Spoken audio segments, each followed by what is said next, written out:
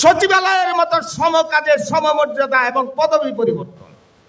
সচিবালয়ের নেতৃবৃন্দ আছেন, আমার প্রত্যাশা তারাও এই বিষয়ে একমত, কারণ একই কাজ, একই চাকরি, একই বেতন, একই মর্যাদা প্রজাতন্ত্রে বৈষম্যহীনতার অবস্থান রাখে। প্রতিনিধিবৃন্দের কাছে আমাদের দাবিসমূহ উপস্থাপন করা, তুলে ধরা। আজকে আমরা এখানে যাদেরকে পেয়েছি আমন্ত্রিত অতিথি, শ্রমিক কর্মচারীদের অত্যন্ত ঘনিষ্ঠজন, আমাদের মাননীয় প্রধান অতিথি, বিশেষ অতিথিবৃন্দ এবং আমন্ত্রিত অতিথিবৃন্দ, বিদেশ থেকে আগত আজকের এখানের শ্রমজীবী কর্মচারীদের প্রতিনিধিবৃন্দ, তারা সবাই বক্তব্য রাখবেন এবং সকলের কিছু কিছু উপদেশ এবং পরামর্শ আমাদের আগামী দিনের দিন চলার পথ হবে। আমরা বিগত সময়ে আমরা কিছু অর্জন আমাদের রয়েছে, সেই অর্জনগুলো কি? গণকর্মচারীদের জন্য 2 ঈদে 2 উৎসব ভাতা ব্যবস্থা করা। আজকে যারা চাকরিতে জয়েন করেছেন তারা ইতিহাসটাই জানেন না। এই উৎসব ভাতা কিন্তু সরকারি কর্মচারীরা কখনো পেতেন না, তারা একসময় পেতেন। উৎসবের নামে একটা অগ্রিম, যেটা আমাদের বেতন থেকে মাসে মাসে কেটে নেওয়া হতো 2 ঈদে 2 বার, এবং পরবর্তীতে সারা বছর এই টাকা আমাদের বেতন থেকে কর্তন করা হতো। সে উৎসব ভাতা থেকে শুরু করে, পদবি পরিবর্তন থেকে শুরু করে, টাইম স্কেল সিলেকশন গ্রেড এবং শতভাগ পেনশন প্রথা, এগুলো আমার ছিল।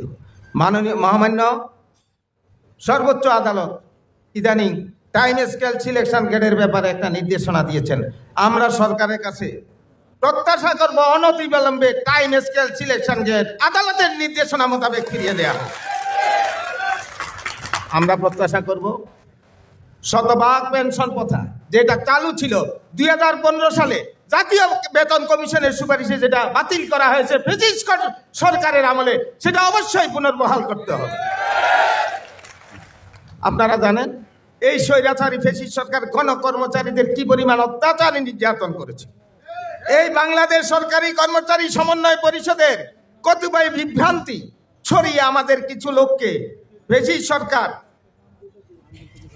নানা রকম হামলা মামলা দিয়ে জেল জুলুম নির্যাতন এবং আয়নাঘরে পর্যন্ত পাঠিয়েছে। আমরা তীব্র নিন্দা জানাই। সেই সমস্ত কঠিন সময়ের অগ্নিস্বাক্ষর আমরা এখনো বহন করছি। এখানে যারা আছেন অনেকেই নির্যাতিত, নিপীড়িত, অনেকে অবহেলিত। আজও কর্মস্থলে নিজের যোগ্য অবস্থান সম্মান আপনারা মূল্যায়নটা পান না। এখনো ফ্যাসিস্ট সরকারের অনুচরেরা প্রশাসনের বিভিন্ন স্তরে স্তরে ঘাপটি মেরে বসে আছে, আপনাদেরকে ক্ষতি করার জন্য প্রতিনিয়ত প্রচেষ্টা করে যাচ্ছে।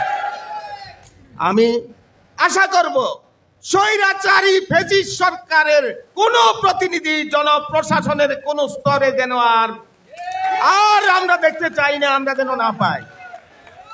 আজকের এই সম্মেলন থেকে আমাদের অঙ্গীকার হোক 5 দফার অবিলম্বে নবম বেতন কমিশন 10 দফে বেতন নির্ধারণ পূর্বক বেতন বৈষম্য নিরসন কল্পে অবিলম্বে ঘোষণা করতে হবে। আমরা চাই সচিবালয়ের মতো সমকাজের সমমর্যাদা এবং পদবি পরিবর্তন। সচিবালয়ের নেতৃবৃন্দ আছেন, আমার প্রত্যাশা তারাও এই বিষয়ে একমত, কারণ একই কাজ, একই চাকরি, একই বেতন, একই মর্যাদা প্রজাতন্ত্রে বৈষম্যহীনতার অবস্থান রাখে। যেটা বর্তমানে রয়েছে এটা বৈষম্যমূলক। আমরা অবশ্যই সারা বাংলাদেশের 15 লক্ষ কর্মচারীরা একই সুযোগ সুবিধা প্রাপ্তির অধিকার রাখি। এটা কোনো আমাদের না, করুণা নয়। We want to see that's rank and status. আমরা এটা দেখতে চাই সচিবালয়ের মতো সমকাজে সমবেতন, সমপদবি, সমমর্যাদা। আমরা চাই সারা বাংলাদেশের প্রতিটা দপ্তরে এক এবং অভিন্ন নিয়োগ বিধি, যার আলোকে আমাদের পদোন্নতিগুলো নিশ্চিত হয়। যুগের পর যুগ আমরা হতাশায়, পদোন্নতির সুযোগ নাই, আবাসনের ব্যবস্থা নাই, যানবাহনের ব্যবস্থা নাই, টিফিন ভাতা নামে একটি জিনিস দেয়া হয় আমাদের, সারা মাসে 200 টাকা।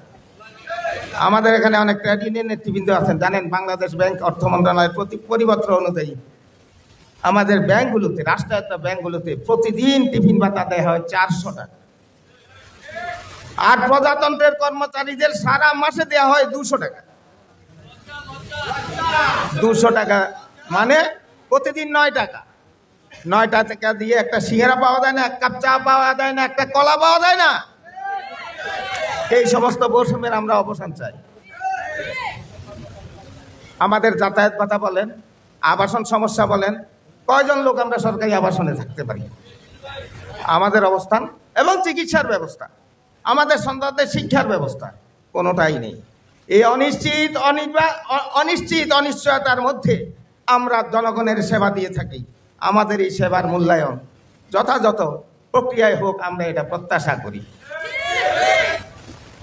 আমরা চাই বর্তমান অন্তর্বর্তী ব্যবস্থায় বেতন কমিশনের ঘোষণা না হওয়া পর্যন্ত 50% মূল বেতনের মহার্ঘ ভাতা আমরা দেখতে চাই। আমরা দেখতে চাই সারা বাংলাদেশের গণকর্মচারীদের মধ্যে ন্যায্য মূল্যে রেশন ব্যবস্থা চালু করা হোক। আউটসোর্সিং এর নামে কৃতদাসতার বিলম্বি চাই। এই সমস্ত দাবিগুলো আজকের সম্মেলনে আমরা আবারও উপস্থাপন করছি। আপনারা সমর্থন করেন?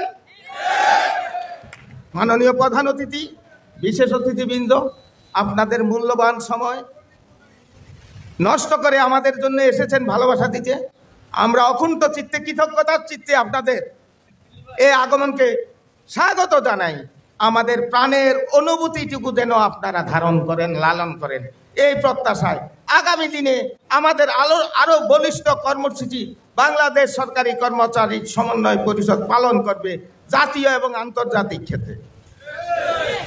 আজকে আমরা বিশ্ব ট্রেড ইউনিয়ন ফেডারেশনের গর্বিত অংশীদার, আমরা ট্রেড ইউনিয়ন ইন্টারন্যাশনাল পাবলিক সার্ভিসের অংশীদার।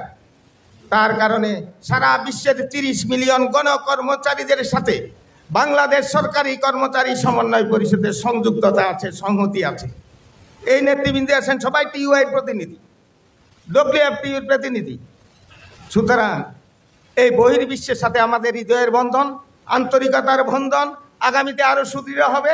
বাংলাদেশ সরকারি কর্মচারী সমন্বয় পরিষদ দাবি আদায়ে আগামী দিনেও অতীতের মতো তার গুরুত্বপূর্ণ ভূমিকা পালন করে যাবে।